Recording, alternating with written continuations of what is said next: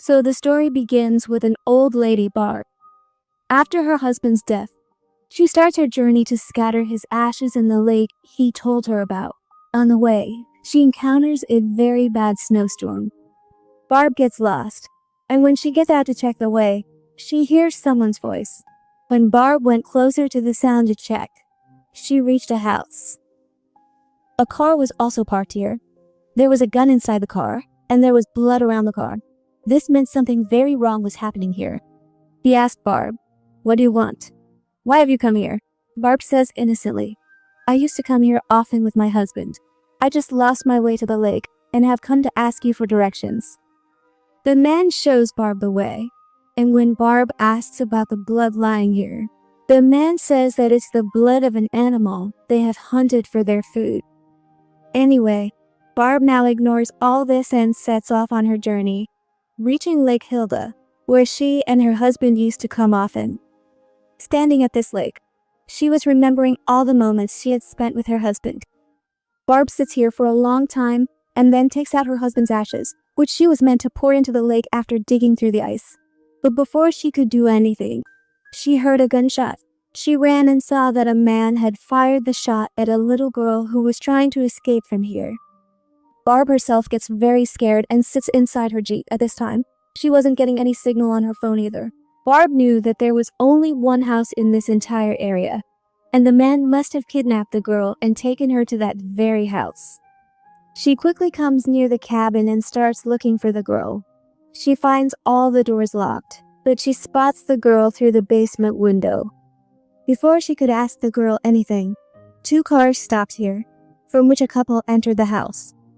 Barb can hear their voices and finds out that the wife had given her husband the task of kidnapping this girl. Her suspicion was confirmed. The girl had been kidnapped. That's why Barb writes a message on the window for the girl, saying, "I will not leave you." After which, Barb had left from here, and during this time, Clara came out of the house to see the girl.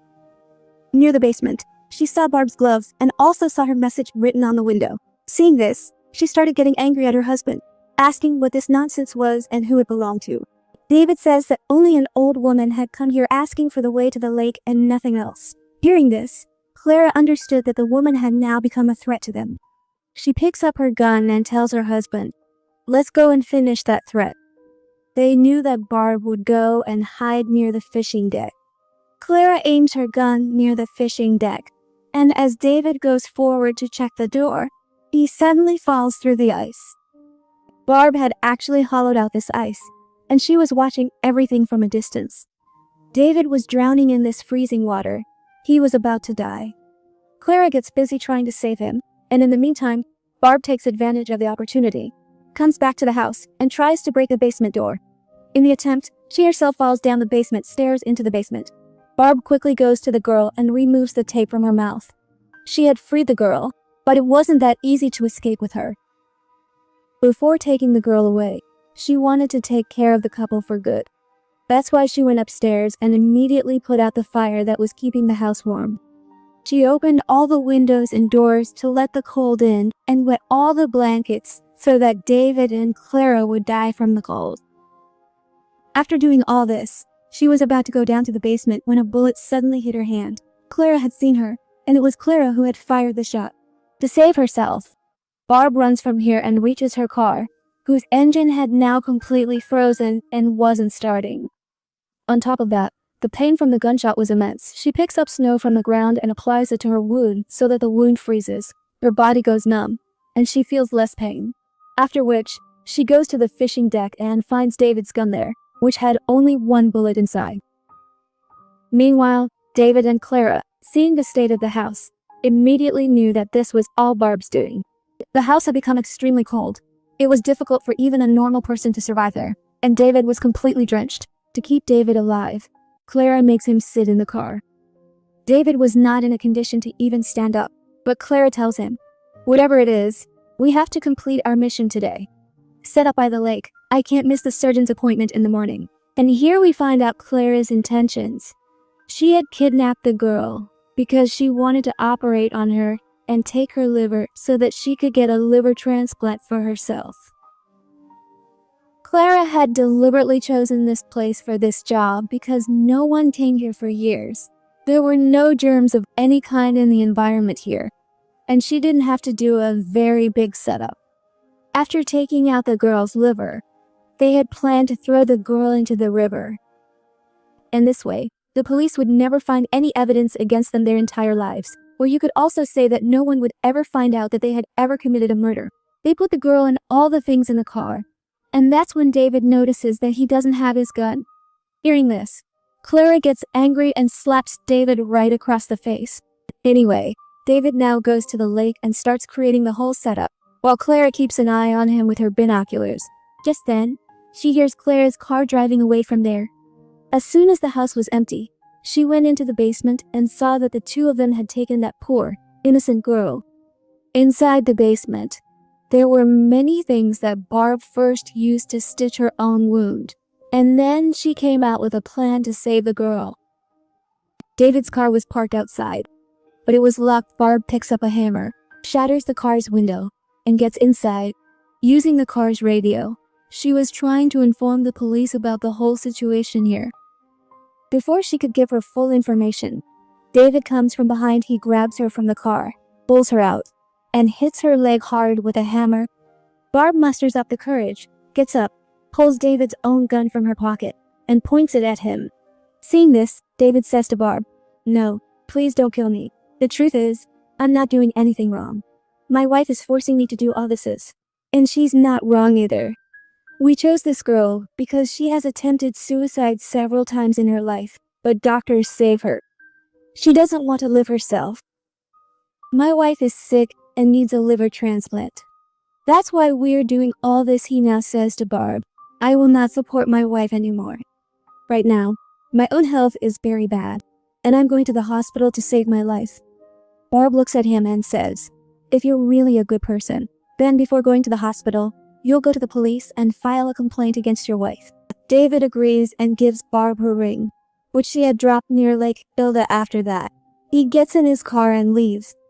Before leaving, he had also given Barb some extra bullets for the gun so that Barb could fight his wife. Before David could reach the hospital, his wife Clara's car appears in front of him, blocking his car. Getting out of the car with a gun in her hand, she asks David, "Where were you going leaving me?" David starts crying and says, "I'm sick. My health is very bad. I needed help." Clara says, "If you needed help, you should have come to me. Where were you going away from me?" David tells her the truth. "Clara, I can no longer support you in this crime. This is all a crime. And what do you think? That surgeon will cover up your crime. Won't he ask you whose liver you brought?" They were just talking when Clara also started crying. Blood began to drip from her nose. Meanwhile, on the other side, we see Barb now loading extra bullets into her gun. After readying her gun, Barb takes out a picture of herself and her husband from her pickup truck. This picture was from the time when Barb was pregnant, but despite being pregnant, she couldn't become a mother. Her son had died. Coming out of her memories, she looks at the pickup truck in which she and her husband had spent their entire lives together. But now this pickup truck was not more important than their survival. She shoves some clothes into the pickup truck's fuel tank and sets the truck on fire so that someone might see the smoke and come to help them. Barb's plan had worked.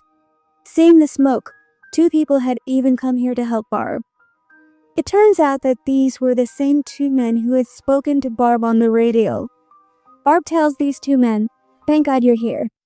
There's a couple here who has kidnapped a little girl. The man was very badly injured, so I sent him to the hospital. But the real danger wasn't the man. It's his wife who wants to kill the girl." These two men find Barb's story quite strange because at this time, Barb also had a gun. They say, "Give us your gun." Barb agrees and gives her gun to them. They now approach the cabin, where they see Clara sitting in her car. The two men, drawing their weapons, slowly advance towards Clara's car and were telling her to get out. As they move towards Clara's car door, someone shoots them both from behind. In her place, only her cap was left there. It was just a kind of trap, in which these two got caught, and coming from the other side, she had shot them both. After this, Clara also tries to shoot at Barb, to save herself.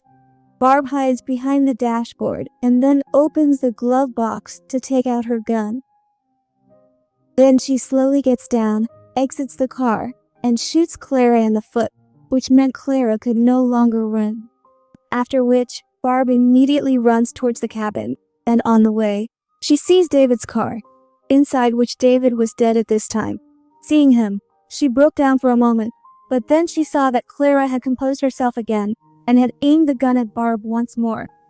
By then, Barb had run to the shed, so Clara now shoots at the shed, breaking it, and the whole shed falls on Barb, knocking her unconscious.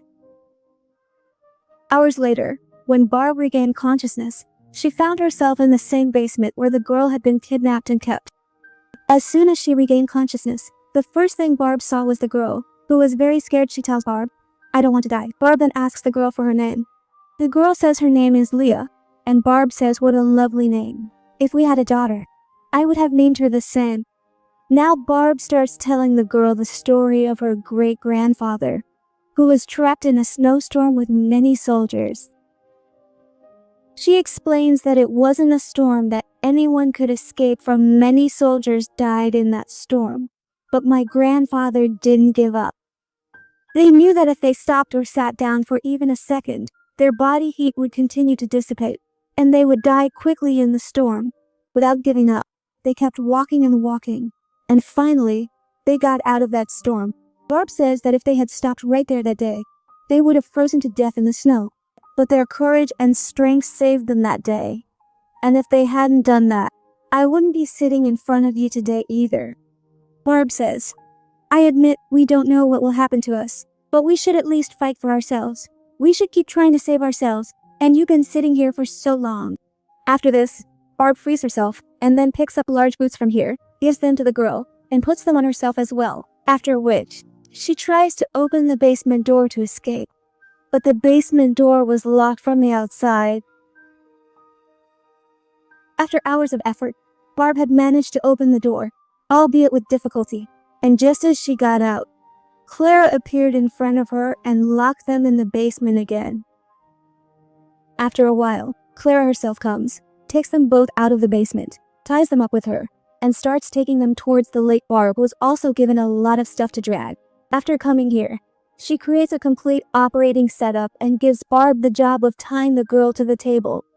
After which, she tells Barb, "You will be handing me the equipment and all of this." Barb noticed at this time that Clara's foot was bleeding a lot because Barb had shot her in the foot.